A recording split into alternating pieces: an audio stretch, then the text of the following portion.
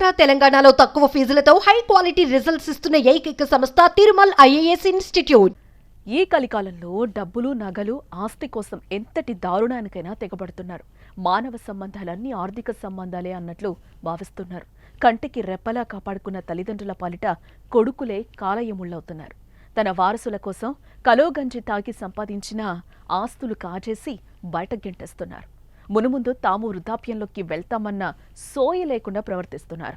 ఆస్తి కాజేసి గుక్కెడు బువ్వ పెట్టలేక బయటకు పంపించేస్తున్నారు. ఇలాంటి ఘటనే మానకొండూరులోనూ చోటు చేసుకుంది.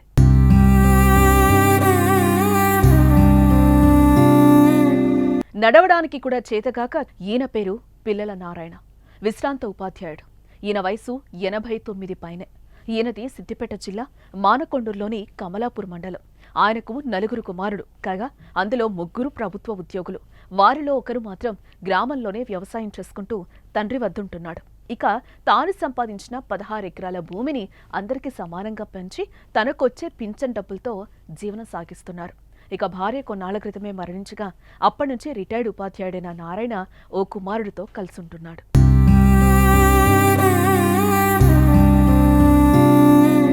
ఇదిలా ఉంటే పంచిన ఆస్తి సరిపోని కుమారులు తనకొచ్చే పింఛన్పై కన్నేశారు.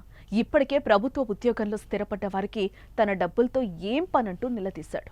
దీంతో తండ్రిపై దాడి చేసి వేధించడం మొదలుపెట్టారు. ఇలా నిత్యం తండ్రిని వేధించడంతో పాటు ఇప్పుడు నారాయణ ఉంటున్న ఇంటికి తాళం వేసి బయట గింటేశారు. అయితే ఈ విషయం ఎవరికి చెప్పాలో ఏం చేయాలో అర్థం కాని నారాయణ ప్రజావాణికొచ్చి తన గోడు చెప్పుకున్నాడు. ప్రస్తుతం అదే ఊళ్ళో అద్దె ఇంట్లో ఉంటున్నానని, కుమారులు ఇబ్బంది పెట్టకుండా చర్యలు తీసుకోవాలని కలెక్టర్ వద్ద కన్నీరు పెట్టుకున్నారు. ప్రస్తుతం ఈ వీడియో సోషల్ మీడియాలో వైరల్గా మారింది.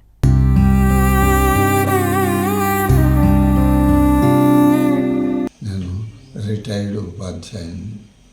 నాకు 4 కుమారులు, 4 బిడ్డలు. నా భార్య 25 సంవత్సరాల చనిపోయింది. చనిపోయినప్పటి నుంచి అంతకు ముందు కూడా ఈ వ్యవసాయం చేసుకునేటువంటి కొడుకు, ఆ కొడుకు దగ్గరనే ఇన్నేళ్ళ బట్టి ఉంటాను నేను. ఇప్పుడు కూడా ఆయన దగ్గరనే ఉన్నా. ఆ ఇంటిని నాకు పెన్షన్ ఇవ్వాలని నా పెద్ద కొడుకు, మిగతా 2 కొడుకులు వచ్చి నన్ను బలవంతం చేసి కొట్టుడు, తిట్టుడు, ఇంటి నుంచి వెళ్ళిపోమ్మని ఈ విధంగా ఆ గోడలు పెట్టి తడకలు పెడితే ఆ బాధ భరించలేక నేను వెళ్ళేసిన సార్. 2వ కొడుకు దగ్గరనే ఉంటాను. కాబట్టి నా ఇల్లును నాకే సొంతం చేయాలి సార్. నా 2 ఎకరాల పొలం ఉన్నది. ఆ పొలాన్ని కూడా నా సొంతం ఆధీనంలో పెట్టించాలని కోరుతున్నాను. మీ వద్దకు చేరుకున్నాను సార్. ఆ విధంగా ఆ బాధ పెడితే ఆ బాధ భరించలేక నేను కూడా ఈ 2వ కొడుకు దగ్గరనే వెళ్ళి కిరాయి ఇంట్లో ఉండుతున్నాను సార్ నేను.